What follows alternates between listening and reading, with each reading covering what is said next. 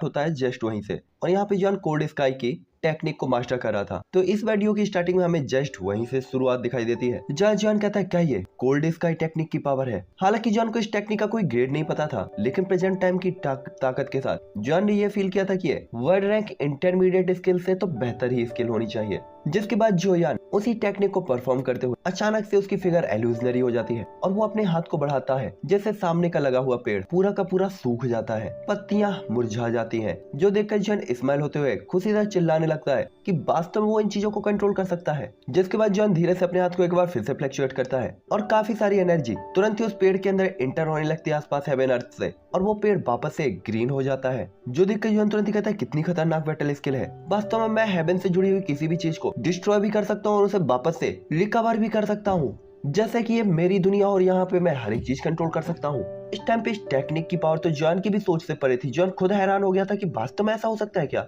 हालांकि यहाँ पे केवल एक ही अफसोस की बात थी कि जो जॉन था उसकी पावर कमजोर थी, इसलिए जो जॉन कंट्रोल कर सकता था वो एरिया काफी छोटा था, और अगर जो यान का सामना उससे काफी पावरफुल पर्सन से हो जाता तो बहुत मुश्किल था कि जो यान इस टेक्निक को उसके ऊपर कंट्रोल कर पाता। लेकिन वास्तव में अगर जो यान इस टेक्निक को सक्सेसफुली मास्टर कर लेता तो ये एक गॉड लेवल टेक्निक होने के लायक थी। मैं लिख के देता हूँ भाई, इस टेक्निक का भले ग्रेड पता नहीं है, आगे चल के यह टेक्निक काफी हाई ग्रेड की निकलेगी। जिसके बाद जॉन कहता है एक बार फिर से ट्राई करके देखते हैं, क्योंकि भाई चुल्ले थी ना, नई नई टेक्निक सीखी थी तो नई नई चीज को बजाने में तो मजा आता ही है, मतलब यूज करने में वो अलग टॉपिक चला गया। जिसके बाद जॉन अपने बच्चे जैसी हथेली को उठाता है और इस बार उसका टारगेट बड़ा सा पेड़ नहीं बल्कि छोटी सी झाड़ी होती है, जो कि उसके ट्रेनिंग रूम के पास पहले ही मुरझाई हुई पड़ी हुई होती है। तो जॉन स्माइल के साथ हेवन अर्थ की एनर्जी को कंडेंस करते हुए उस छोटी सी झाड़ी के अंदर अब्सॉर्ब कराने लगता है, और ऑब्वियसली ऐसा लग रहा होता है कि जैसे लाइफ पावर उसके अंदर जा रही हो। और इस टाइम पे जॉन बस उस झाड़ी के ठीक होने का इंतजार कर रहा होता है, लेकिन इस झाड़ी में वापस से रिकवरी पावर बिल्कुल भी दिखाई नहीं देती, यहाँ तक कि उसकी लटकी हुई पत्तियां भी मुरझाकर गिर जाती है। जो देखकर जॉन कहता है आखिरकार चल क्या रहा है, क्या मेरी पावर की एक्सपायरी डेट इतनी जल्दी थी। यहाँ पे जोयान को पता था स्किल में तो कोई भी कमी नहीं होनी चाहिए, ये केवल उसकी ट्रेनिंग की वजह से है, क्योंकि अभी भी वो स्किल को पूरी तरीके से मास्टर नहीं कर पाया, इसीलिए हो सकता है कि वो इन चीजों को वापस से रिकवर नहीं कर पा रहा। लेकिन बार बार ट्राई करने के बाद भी रिजल्ट वही रहता है, और इसके बजाय उस छोटी सी झाड़ी की जितनी भी पत्तियां होती है सारी की सारी खत्म हो जाती है, और उसका जो तना होता है वो कांप रहा होता है जैसे वो जियान को गरिया रहा हो। जिसके बाद जोयान तुरंत ही समझते हुए कहता है कि शायद कुछ चीजों को मैं कंट्रोल नहीं कर सकता, और इस चीज को जोयान एक्सेप्ट भी करता है क्योंकि ये सही भी था। अगर जोयान अपने एरिया की हर एक चीज को कंट्रोल करने लग गया तो ये तो वास्तव में नेचर को चैलेंज करने जैसा हो जाएगा, और क्या फिर जोयान खुद ही गॉड नहीं हो जाएगा जो हर चीज को क्रिएट कर सकता है और हर चीज को डिस्ट्रॉय भी सिर्फ अपने एक थॉट के साथ। जिस पे जोयान कहता है मुझे लगता है केवल डूजियान वही दुनिया को चेंज कर सकता है और वही केवल इतना पावरफुल होगा। हालांकि यहाँ पे जोयान एक चीज तो जान गया था कि माउंटेन्स, रिवर्स और स्काई, इन चीजों पे ध्यान देकर, इन चीजों की ब्रीथ और इनकी पावर को समझकर, इनके एसेंस को समझकर ही वो इस टेक्निक को स्ट्रॉन्ग कर सकता था। इट मीन जोयान का कहना था कि केवल नेचर से जुड़ी हुई चीजों को ही क्लोजली समझकर वो अपनी इस टेक्निक को मास्टर कर पाएगा, क्योंकि ये टेक्निक भी नेचर से जुड़ी हुई है। साथ ही जॉन को यह भी पता था सिर्फ कड़ी मेहनत करके ही कोई दुनिया के पीक लेवल पर खड़ा नहीं हो सकता, उसके लिए उसे पहले दुनिया के काफी सारे टॉर्चर झेलने पड़ते हैं, दुनिया के चेंजेस को एक्सेप्ट करना पड़ता है, काफी कुछ बर्दाश्त करना पड़ता है। जिसके बाद जॉन कहता है अब लगता है ओल्ड जॉन को ढूंढकर बेटर स्किल्स में चेंजेस कराने का टाइम आ गया है। खूसट बुड्ढा हर एक चीज सुधार सकता है, और यह सोचते हुए जॉन तुरंत ही गोल्डन टावर को अपेयर करता है और उसके अंदर चला जाता है। इस टाइम पे झाललाओ टावर के सेंटर में खड़े होते हैं और केबल टावर के ऊपर ही देख रहे होते हैं। साथ ही यहाँ पे लॉन्गी ने भी बहुत पहले ही लाइटिंग को ऑब्जर्व कर लिया था, और वो काफी बोरिंग तरीके से अपना कल्टीवेशन कर रहा होता है ताकि वो अपने आप को स्ट्रॉन्ग कर सके। साथ ही टावर में अभी भी सब कुछ शांत होता है। तभी जॉन कहता है लॉन्गी तुम्हारी पावर तो दिन ब दिन बढ़ती जा रही है, और ऐसा कहते हुए जॉन तुरंत उसके बालों को सहलाता है। दोस्तों लॉन्गी जी तुरंत ही जॉन के हाथों को पकड़कर उससे लिपट जाता है। तभी जोयान लॉन्गी की तरफ देखते हुए कहता है अब तुम्हारे पास कौन सी पावर है और किस लेवल की पावर है। जिस पे लॉन्गी तुरंत ही कहता है रैंक 6 की जो पिल लाइटिंग थी उसकी पावर काफी ज्यादा थी, और इसे पूरी तरीके से रिफाइन करने के बाद मैं 4 स्टार के लेट स्टेज तक पहुंच जाऊंगा। जो सुनकर तो जॉन अफसोस से सांस लेता और चौंक जाता है कि क्या ये बंदा लेट स्टेज 4 स्टार पर पहुंचने वाला है, इतनी जल्दी इसकी पावर कैसे बढ़ सकती है। जॉन समझ गया था कि ये तो डेमन से भी काफी खतरनाक है जो अपनी पावर को बढ़ाने के लिए मोस्टर कोर्स का यूज करते हैं। यहाँ तो हमारा लॉन्गी लाइटिंग की पावर को अब्सॉर्ब करके ही अपनी पावर बढ़ाए पड़ा है। साथ ही जॉन समझ गया था अब लॉन्गी की पावर के लिए ज्यादा परेशान होने की जरूरत नहीं है, क्योंकि वो लाइटिंग को अब्सॉर्ब करके वैसे ही पावरफुल हो सकता है। तभी लॉन्गी तुरंत ही जो यान की तरफ देखते हुए कहता है, पापा क्या बात है, क्या आपको लगता है कि मेरी पावर बहुत स्लो बढ़ रही है? जिसपे जॉन तुरंत ही शॉक होते हुए कहता है, क्या धीमी? अरे नहीं नहीं बेटे, ये धीमी नहीं है, ये बहुत अच्छी है। अगर तुम इसे भी धीमा कहोगे तो मुझे लगता है वो लोग जो 1000 ईयर प्लस कल्टीवेशन कर रहे हैं अपनी पावर को बढ़ाने के लिए, वो तो अपनी बॉडी को ब्लास्ट कर लेंगे। और अगर तुमने इससे ज्यादा स्पीड बढ़ा दी तो मुझे लगता है मैं भी मर जाऊंगा। जिसके बाद जॉन कहता है, सभी इंग्रेडिएंट्स को ढूंढने के बाद कुछ टाइम बाद मैं कुछ और पिल्स को रिफाइन करूंगा ताकि आपकी पावर 5 स्टार डाउडी पर पहुंच जाए, ठीक है? और जब जॉन उससे ये बात कर रहा होता है तभी जॉन को लैंगटियान याद आता है कि क्या सोल लब को अब्सॉर्ब करने के बाद उसने उस छोटे से चांस का यूज करते हुए अपनी स्पिरिचुअल पावर बढ़ाई होगी या नहीं। साथ ही यहाँ पे जॉन सोच रहा होता है कि उसे कुछ और सोल लब रिफाइन करना चाहिए ताकि इसे उसके टीम का हर एक मेंबर अब्सॉर्ब करके अपनी अपनी लक को आजमा सके और अपनी पावर को बढ़ा सके। जिसके बाद जॉन कहता है, तुम्हें कुछ और रैंक 6 की पिल लाइटिंग को अब्सॉर्ब करना है, जिसके बाद तुम रैंक 5 पे प्रमोट हो जाओगे, यानी 5 स्टार डाउडी पर। ये सुनकर तो लॉन्गी खुशी से उछलते हुए तुरंत ही कहता है, तब तो 5 स्टार डाउडी पर प्रमोट होने के बाद मैं फादर के साथ बाहर जाकर लड़ने में भी कैपेबल हो जाऊंगा और मैं उनकी मदद कर पाऊंगा। यहाँ पे लॉन्गी को भी अच्छे से पता था कि जब तक वो पर्याप्त स्ट्रॉन्ग नहीं होगा, जॉन कभी भी उसे रिट्रीट या की प्रैक्टिस या कल्टीवेशन या आउटर वर्ल्ड में घूमने के लिए नहीं ले जाएगा, क्योंकि जॉन उसकी लाइफ को खतरे में नहीं डाल सकता था। इसीलिए 5 स्टार का सुनते ही बंदा काफी खुश हो गया होता है, क्योंकि 5 स्टार एक डिसेंट सा लेवल था, मतलब ठीक ठाक, कि उसके बाद हाँ तुम मदद के लिए बाहर जा सकते हो, इसलिए वो खुश था। जिसपे जॉन तुरंत ही कहता है, तुम बच्चे, तुम वास्तव में लड़ाई के लिए इतने एक्साइटेड हो? वैसे क्या ये टावर, इसका पीक एरिया अभी भी हिलता है? और ओल्ड जॉन, क्या तुमने उन्हें देखा है कि वो कहाँ है? तभी लॉन्गी कहता है, ये ठीक है, और वो टावर के सेंटर में होंगे। जिसपे जॉन लॉन्गी के कंधे को थपथपाते हुए जान लाओ के पास चला जाता है। जिसके बाद जॉन तुरंत ही उनके पास आते हुए कहता है, मिस्टर जान लाओ, मैं यहाँ पे आपसे हेल्प के लिए आया हूँ, क्योंकि मैं अपनी टेक्निक्स में कुछ सुधार करवाना चाहता हूँ। जिसपे जान लाओ जो यान की तरफ देखते हुए कहते हैं, ये काफी अच्छी बात है कि तुम मुझसे मिलने के लिए आए हो, तुम तो काफी काइंड हो, लेकिन क्या तुम देख नहीं रहे कि मैं अभी परेशान हूँ? और ऐसा कहते हुए वो थोड़ा सा गुस्से में होता है। जिसपे जॉन तुरंत ही कहता है, वो तो बात आपकी सही है, ये टावर वास्तव में कांपता रहता है, क्या ओल्ड जॉन को यहाँ रहने में प्रॉब्लम हो रही है? अगर ऐसा तो आप मुझे बता सकते हैं, मैं जियो मेंशन में आपको एक छोटा सा घर दिला दूंगा। और ऐसा कहते हुए जॉन हंसने लगता है। हालांकि जॉन ने ऐसा कहा था, लेकिन वो वास्तव में इस टावर के सीक्रेट के बारे में जानना चाहता था कि आखिरकार इसका पीक एरिया हिल क्यों रहा है इतना। जिसपे जान लाओ तुरंत ही कहते हैं, बच्चे हालांकि तुम काफी अच्छा सोच रहे हो, लेकिन ये मेरे किसी काम का नहीं, लाओ मुझे अपनी बैटल स्किल दो। और इसके बाद वो स्माइल करते हुए जॉन की तरफ देख रहे होते हैं, जैसे कि उन्होंने समझ लिया हो कि जॉन अपने दिल में क्या सोच रहा था। तभी जो यान कहता है, वैसे क्या आप मुझे बता सकते हैं कि इस टावर के ऊपर आखिरकार है क्या? और थोड़ा सा एम्बेरस भी होता है जो यान। तभी जान लाओ कहते हैं, मैंने तुमसे कहा ना कि अभी टाइम नहीं आया, जब टाइम आएगा तो मैं तुम्हें जरूर बता दूंगा। और इसके बाद जो यान द्वारा दी गई 1000 पॉइजनस पावर, उस टेक्निक को वो रख लेता अपने पास, जो कि ऑक्शन हाउस में जॉन ने खरीदी थी। साथ ही इस टाइम पे जान लाओ ने गोल्डन टावर के पीक लेवल का सीक्रेट उजागर करने से मना कर दिया था, इसलिए जॉन के पास अपना एक्साइटमेंट वापस लेने के अलावा कोई चांस था ही नहीं। जिसके बाद जॉन तुरंत ही कहता है, वैसे उस बॉल से जो मुझे टेक्निक मिली थी वो सेम ही होली टेक्निक थी, जो कि एक रूलर टेक्निक थी। जॉन का जवाब सुनकर तो जान लाओ भी थोड़ा सा हैरान हो जाते हैं। तभी जान लाओ कहते हैं, मैंने सोचा था कि यह हाई रैंक की वर्ल्ड रैंक स्किल होगी, मुझे उम्मीद नहीं थी कि वास्तव में ये हाफ होली टेक्निक होगी। ये तो आपको काफी सस्ते में काफी अच्छी चीज मिल गई। जिसपे जॉन कहता है, क्या ये सीनियर्स की ब्लेसिंग के लिए नहीं है? उस टाइम पे जॉन उस दीवार को खरीदने के लिए झिझक रहा था, वो तो केवल जान लाओ के कारण था कि जॉन ने उस बॉल को खरीद लिया था।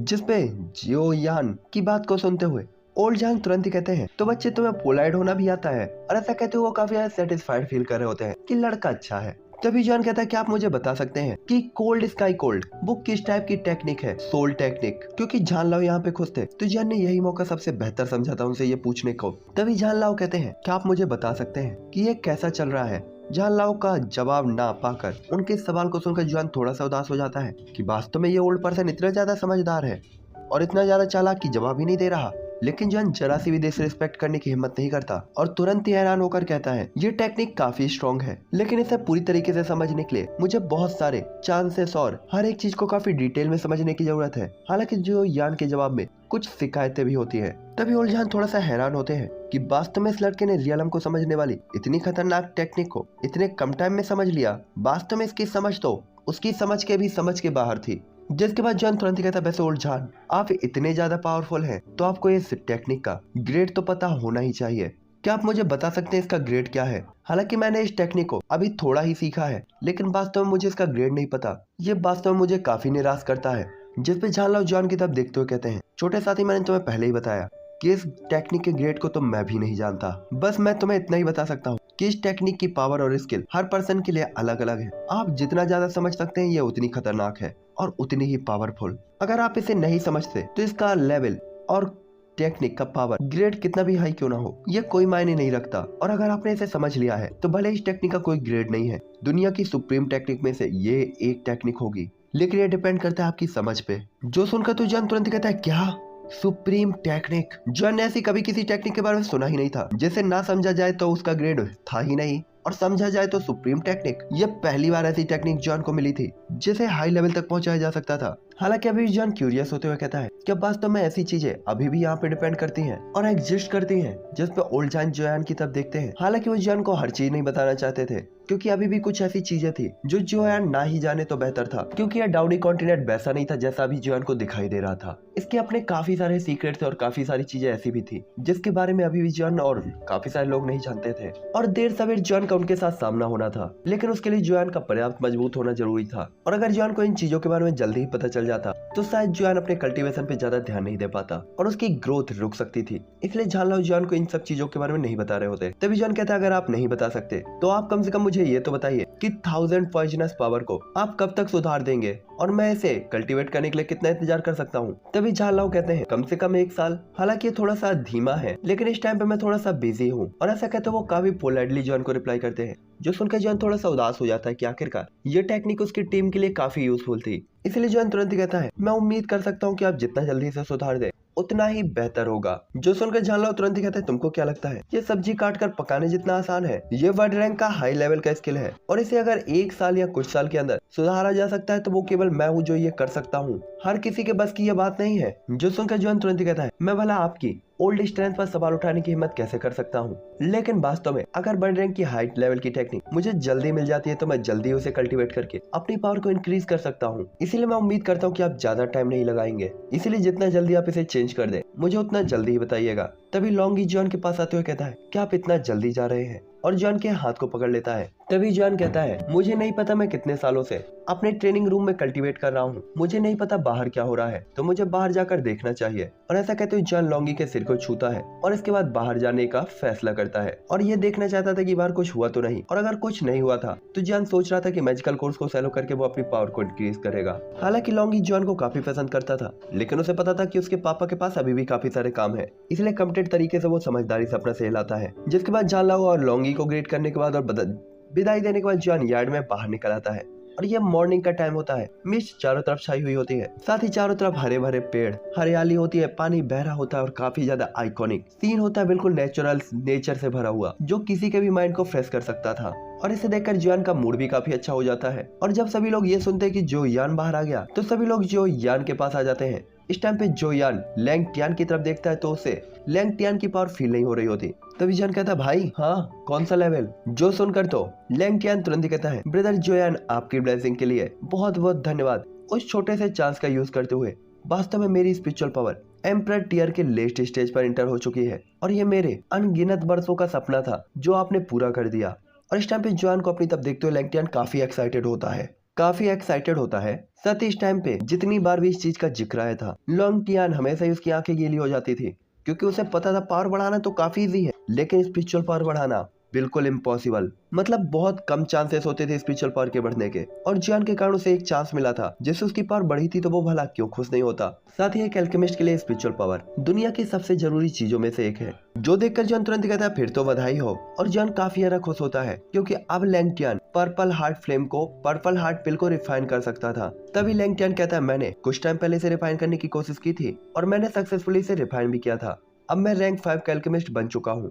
और इसके बाद वो जोयान को अपने नए अचीवमेंट के बारे में बताता है, जो सुनकर जोयान तुरंत कहता है, बढ़िया, तुम वास्तव में मेरी उम्मीद पर खरा उतरे हो। इस टाइम पे जोयान की चाहे अपनी खुद की पावर बढ़े या उसकी टीम की पावर बढ़े, जोयान के लिए सबसे बड़ा एक्साइटमेंट था, जिसके लिए जोयान काफी खुश होता था। तभी लैंग टियान की बात के कंप्लीट होने के बाद किंग हाओरान आगे आते हुए कहते हैं, ऐसा लगता है कि इतने सारे टाइम के बाद ब्रदर ने भी काफी कुछ सीखा होगा, साथ ही आप काफी अच्छे मूड में भी दिखाई दे रहे हैं, तो क्या क्या सीखा आपने? किंग हाओरान की बात को सुनकर तो सभी लोग जोयान की तरफ देखने लगते हैं, और मुयर उसकी नजरें तो झिलमिलाते हुए जोयान पर पड़ रही होती हैं, और दूसरी तरफ यानी काफी अट्रैक्टिव तरीके से जोयान को देख रही होती है। तभी जो जान कहता है, तो सभी लोग सरप्राइज होने के लिए तैयार हो ना? और जो जान की बात को सुनकर हर कोई हंसने लगता है, क्योंकि उन्हें पता था कि हर बार ही जॉन उन्हें हैरान कर देता था। और इस बार तो जॉन बैटल स्किल्स को कल्टीवेट करने के लिए काफी लॉन्ग टाइम तक बाहर था। तभी जॉन कहता है इतना भी बढ़ा चढ़ा कर बात करने की जरूरत नहीं है। तभी ले सालोंग, फेंग फेंग, जी इंग सभी लोग जॉन की तरफ देख रहे होते हैं और कहते हैं हमें आपकी इस बात पे बिल्कुल भी बिलीव नहीं, आप हमेशा ही हमें हैरान करते हैं। तभी किंग मुयर भी कहती है लिटिल लायर, तो क्या वास्तव में इस बार भी कुछ है, जल्दी बताओ। इस टाइम पे वो भी क्यूरियस होकर जुआन को देख रही होती है और बाकी सभी से ज्यादा क्यूरियस थी वो। तभी जो यान तुरंत ही अपना सिर हिलाते हुए कहता है वो जो आयरन बॉल थी उसमें पूरा का पूरा एक बैटल स्किल का सेट था, जो कि intermediate bird high level bird technique नहीं बल्कि। और ये सुनकर तो सभी लोगों की सांसें रुक जाती हैं। उन्हें समझ में नहीं आ रहा होता कि ये टेक्निक पावरफुल है या कि वीक है। बस वो क्यूरियस होकर जॉन को देख रहे होते। तभी जॉन कहता है बल्कि वो टेक्निक है हाफ होली रूलर टेक्निक। जो सुनकर तो सभी लोग कहते हैं वास्तव में कंप्लीट टेक्निक, क्या ये कंप्लीट है? किसी को भी उम्मीद नहीं थी कि हाफ होली टेक्निक होगी वो। तभी जो जान कहता है यंग मास्टर जो, क्या आप सच कह रहे हैं? क्या मैं सपना देख रहा हूँ? क्या आपने जो कहा वो सही था या मेरे कान बज रहे हैं? तभी जियोन जान की बात को सुनकर नान एरमिंग तुरंत ही कहता है मुझे भी लग रहा है मेरे कान बज रहे हैं या कि मैं सपना देख रहा हूँ। चलो मैं तुम्हें ये जानने में मदद करता हूँ कि हमने सही सुना है या नहीं। और इसके बाद नान एरमिंग जो जान की डिग्गी में खींच के एक लात मारता है, जिससे बेचारा 90 डिग्री टू 180 डिग्री तक गोल गोल घूमने लगता है और उसे काफी जोर से दर्द होता है, जिससे वो चिल्लाता है, जिससे सभी लोग हैरान हो जाते हैं। तभी नान एरमिंग कहता है देखो तुम्हें पेन हुआ, मतलब हम सपना नहीं देख रहे। तभी ले सालों कहते हैं अरे रुक जाओ, यंग मास्टर जो के सामने तुम लोग को ऐसे बिहेव नहीं करना चाहिए। जैसे जियो जान और नान एरमिंग तुरंत ही शांत हो जाते हैं। तभी जान कहता है वो ठीक है, इतना भी ज्यादा एक्साइटेड होने की कोई बात नहीं, तुम लोगों ने कुछ भी गलत नहीं सुना है, ये बिल्कुल सच है। जिसके बाद जैनी भी कहती है मेरे ब्रदर की जो नजर है वो हमेशा ही तेज रहती है। आखिरकार ताओबा मार्केट जॉन द्वारा लिंगिन माउस को खरीदने के बारे में सोचते हुए जैनी काफी ज्यादा सेटिस्फाइड होती है कि वास्तव में जॉन ने हर बार ही उसे सरप्राइज कर दिया था। तभी किंग मुयर भी कहती है लिटिल लायर, तुमने तो वास्तव में हमें फिर से हैरान कर दिया। इस टाइम पे उसकी आंखें साइन हो रही होती हैं और चेहरे में तो एक अलग ही ग्लो होता है। तभी किंग हमरान कहते हैं तो हाफ या कि सेमी होली टेक्निक के कल्टीवेशन के साथ ये एक रूलर टेक्निक है। मुझे लगता है कि पूरे ही डाउडी कॉन्टिनेंट के अंदर ऐसे ज्यादा लोग नहीं होंगे जब भाई इस टेक्निक को मास्टर कर लेगा तो वो उसे चैलेंज कर पाए। जैसे जॉन भी स्माइल करता है और काफी पोलाइट रहता है, क्योंकि वो यहाँ पे इन्हें झाललाओ के बारे में नहीं बता सकता था, लेकिन ये केवल उसी के कारण था। इसलिए जॉन कहता है ये सब बस लकी है, लकीली हो गया। जिस पे ले सालोंग भी स्माइल करते हुए कहते हैं लक भी तो पावर का एक पार्ट है। आखिरकार डाउडी कॉन्टिनेंट के अंदर इतने सारे लोग बिना लक के पावरफुल कैसे हो सकते हैं। तभी जैनी कहती है तो अब आगे क्या सोचा है, क्या आपके पास अब खाली समय है? तभी जान कहता हूँ क्या सिस्टर तुम्हारे पास कोई मैजिकल कोर है? मैं मेरी पावर को सुधार करना चाहता हूँ। साथ ही इस टाइम पे अट्रैक्टिव जैनी को देखते हुए तो जान का मानसिक संतुलन हिल गया होता है। तभी जानी तुरंत ही कहती है क्योंकि मेरा ब्रदर 4 स्टार पे ब्रेक थ्रू करना चाहता है तो उसे केवल 4 स्टार के मैजिकल कोर्स की जरूरत है ना? तो क्या आपको लगता है कि आपकी बहन आपके लिए पर्याप्त 4 स्टार के मैजिकल कोर नहीं ला सकती? तुम टेंशन फ्री हो सकते हो। और ऐसा कहते हुए जैनी जुआन को एक रिंग सौंप देती है। तभी जुआन कहता है ठीक है लैंगटियान, तुम्हें पर्पल हार्ट पिल को रिफाइन करना कंटिन्यू रखना चाहिए। और इसके बाद जुआन रिंग लेते हुए कहता है अब मैं 4 स्टार पर ब्रेक थ्रू करने के लिए जाऊंगा, वरना हमारे बीच का जो डिफरेंस है वो बढ़ता ही जाएगा। तभी जैनी तुरंत ही कहती है अभी तक तुमने कई सालों तक अपनी बैटल स्किल्स को कल्टीवेट किया, अब तुम बाहर आए हो तो तुम अपनी पावर को सुधार करना चाहते हो, क्या तुम आराम नहीं कर सकते? और इस टाइम पे जैनी थोड़ा सा नाराज भी दिखाई दे रही होती है। और जैनी की बात को सुनकर तो जुआन का कमिटेड थॉट भी हिलकर रह जाता है। तभी किंग मुयर भी कहती है लिटिल लायर सिस्टर जैनी बिल्कुल सही कह रही है, क्या तुम थोड़ा सा आराम नहीं कर सकते? जो सुनकर जुआन थोड़ा सा हैरान होते हुए गहरी सांस लेता और कहता है कोई बात नहीं, मैं 4 स्टार पर ब्रेक थ्रू करने के बाद आप लोगों के साथ रहूंगा। इस टाइम पे इन 2 एक्सट्रीम ब्यूटीफुल लड़कियों का सामना करते हुए और उनकी नाराजगी का सामना करते हुए वास्तव में जॉन को एम्बेरस होकर यहाँ से जल्द भागना पड़ता है। और इसके बाद जॉन सीधा ही अपने कल्टीवेशन रूम में घुसकर रिलैक्स फील करता है। साथ ही जॉन समझ गया था कि इन दोनों लड़कियों का अट्रैक्शन काफी ज्यादा स्ट्रॉन्ग है। और जो यान जो कि कई सालों से अपने क्लेन से दूर था, लाइफ में बिल्कुल सूखा पड़ा हुआ था, वो इनके अट्रैक्शन से बच नहीं पा रहा था। इसलिए जॉन खुद के एक्साइटमेंट को कंट्रोल करने के लिए अपने कल्टीवेशन रूम में आ गया था। जिसके बाद जो यान उसका चेहरा पूरी तरीके से लाल होता है और वो खुद से ही कहता है वास्तव में दुनिया में ये गलत नहीं कहा गया कि ब्यूटी के सामने हर कोई सरेंडर कर देता है। जिसके बाद जोयान तुरंत ही अपने आप को रिकवर करते हुए 4 स्टार के मैजिकल कोर्स को अपने आसपास अपेयर करता है, जो कि एक ढेर होता है। जॉन को याद था कि पहले ही 2 स्टार में ब्रेक थ्रू करते हुए उसे दर्जन भर 5 स्टार के मैजिकल कोर लग गए थे, तो 4 स्टार पर ब्रेक थ्रू करने के लिए कम से कम सैकड़ों मैजिकल कोर की जरूरत होगी। जिसपे जॉन अपने दिल में ही कहता है वास्तव में डैमेज तो काफी सारा पैसा ऐसे ही बर्बाद कर देते हैं, ये तो पैसे को जलाने वाला कल्टीवेशन मेथड हुआ। लेकिन क्योंकि अब जोयान के पास ओल्ड डेमन एम्पर के पेल फॉर्मूले थे और मर्चेंट अलायंस के साथ कोऑपरेट कर रहा था, तो जॉन को पैसे की तो कोई कमी नहीं थी।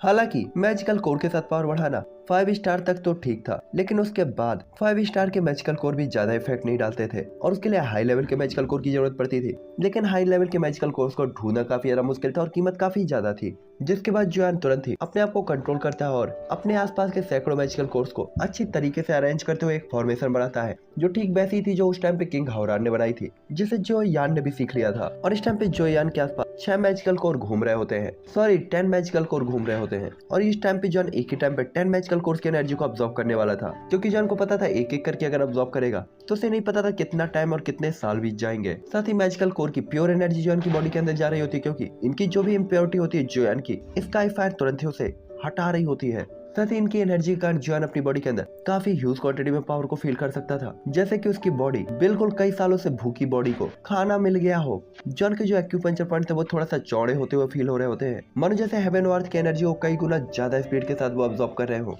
जिसके बाद देखते ही देखते मैजिकल को धूल में बदल जाते हैं और उनकी एनर्जी जॉन के अंदर आ जाती है। जॉन अगले मैच को फिर से रेडी करता है और ऐसे ही दिन रात बदलते रहते हैं और टाइम बीतता रहता है। और कुछ ही टाइम के अंदर जो यान 4 स्टार के पीक लेवल के बैरियर तक पहुंच जाता है। और इस टाइम पे जॉन इस ब्रेक थ्रू लेवल को ब्रेक थ्रू करने के लिए अपनी पूरी बॉडी की पावर को एक्टिवेट करता है और ये ब्रेक थ्रू बैरियर जॉन की पावर के साथ ब्लास्ट हो जाता है। और इसके बाद आते हैं आसमान में काले पीले बादल, हेवन, अर्थ, मिस्टीरियस और येलो रैंक के 4 लाइटिंग ड्रैगन डेमंस नीचे अपेयर होते हैं।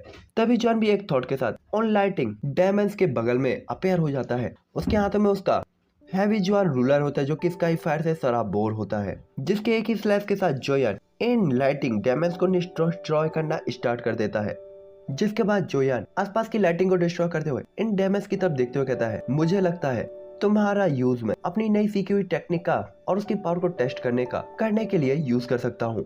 और इन डैमेज को जॉन ने एक ही अटैक पे ऑब्वियसली डिस्ट्रॉय कर दिया था, जिसके बाद जॉन काफी प्राउडफुल तरीके से ऊपर स्पेस की तरफ देखने लगता है। हालांकि जॉन ने येलो और मिस्टीरियस लाइटिंग डेविल्स को डिस्ट्रॉय कर दिया था, लेकिन इससे हेवन और अर्थ लाइटिंग डेविल्स नाराज हो गए होते हैं और वो काफी ज्यादा गुस्से से जॉन की तरफ बढ़ने लगते हैं। लेकिन तभी जॉन कहता है, ना मुन्ना ना, तुम लोगों के लिए भी मेरी एक टेक्निक है, पहली विंडलेस विदाउट ट्रेस, जिससे जॉन की स्पीड कई गुना ज्यादा बढ़ जाती है। जिसके बाद जॉन तुरंत कहता है 1000 फीट विदाउट शैडो, चलो इसे आजमाते हैं। और जॉन हंसता है और एक ही बार में 333 फीट लंबा एक स्लैश फ्लेम अटैक निकलता है जो चारों ओर हर तरफ सिर्फ आग ही आग लेकर जा रहा होता है। और जैसे ये उन दोनों थंडर डेविल से जाकर टकराता है, वो कोशिश तो पूरी करते हैं इसे रोकने के लिए, लेकिन अजी घंटा इस चीज से टकराने के बाद वो पूरी तरीके से जलकर राख में बदल जाते हैं। जिसपे जॉन कहता है, ओह इतना ज्यादा पावरफुल, ये बिल्कुल वही इफेक्ट था जो मैं चाहता था, स्किल तो काम की है। ये टेक्निक वास्तव में जॉन को पसंद आई थी। जिसके बाद जॉन कहता है, वास्तव में इन कुछ टेक्निक्स के साथ मेरा खजाना थोड़ा सा इंक्रीज हो चुका है,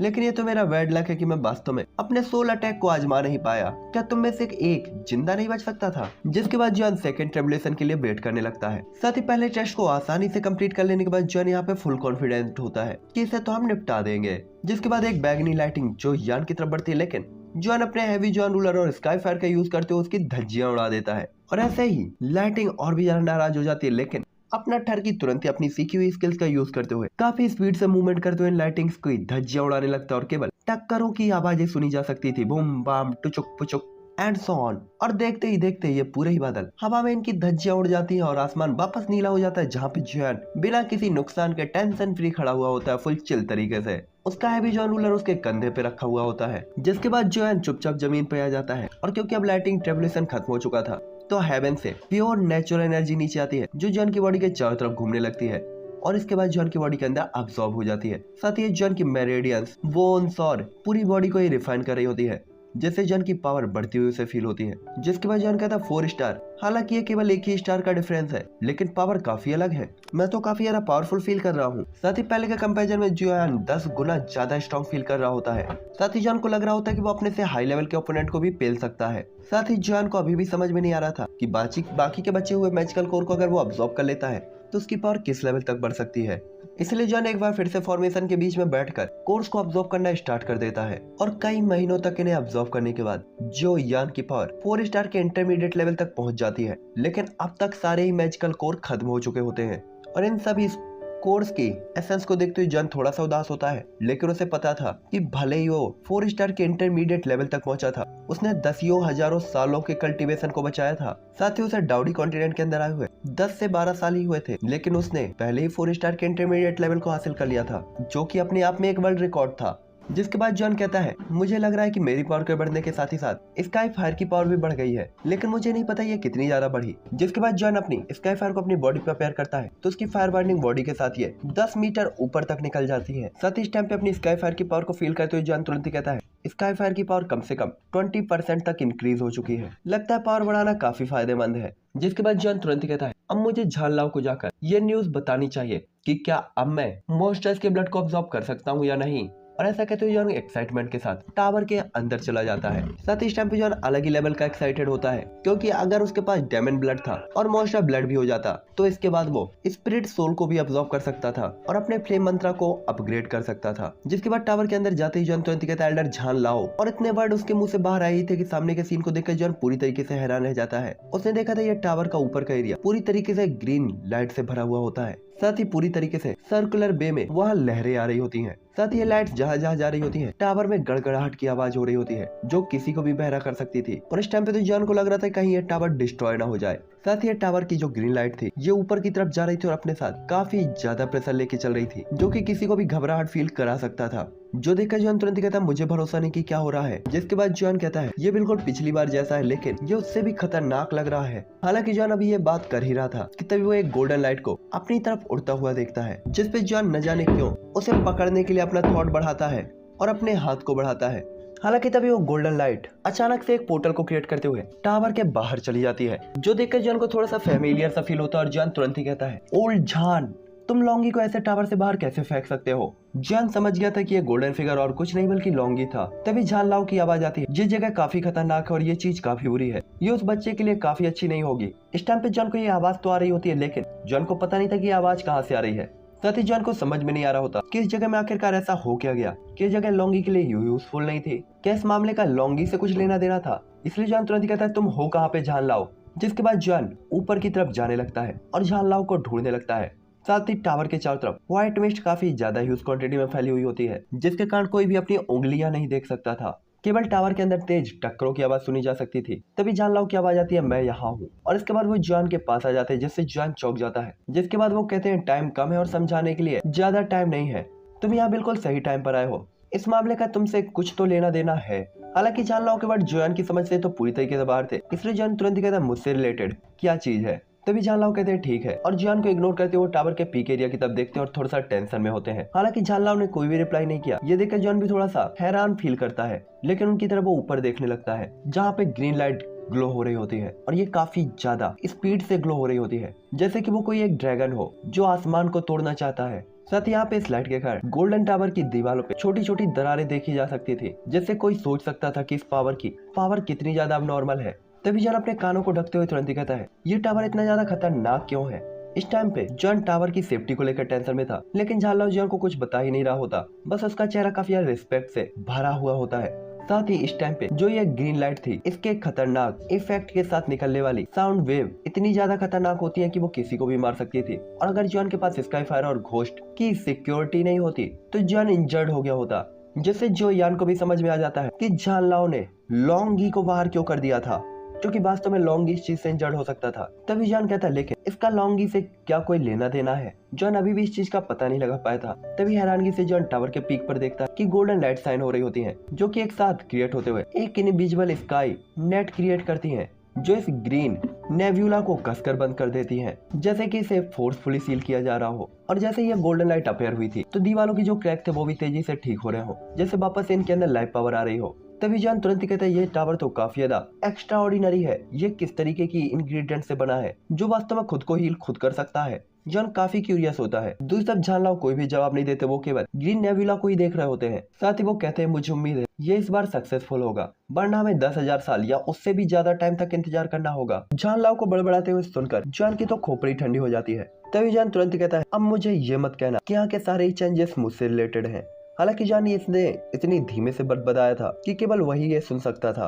हालांकि जब ये गोल्डन नेट ग्रीन नेब्यूला को बांधने ही वाला होता कि तभी उससे एक बार फिर से ग्रीन लाइट निकलती है, जो कि पिछली बार से काफी ज्यादा स्ट्रॉन्ग और बड़ी होती है और कंडेंस्ड भी, और जो यान की तरफ बढ़ रही होती है।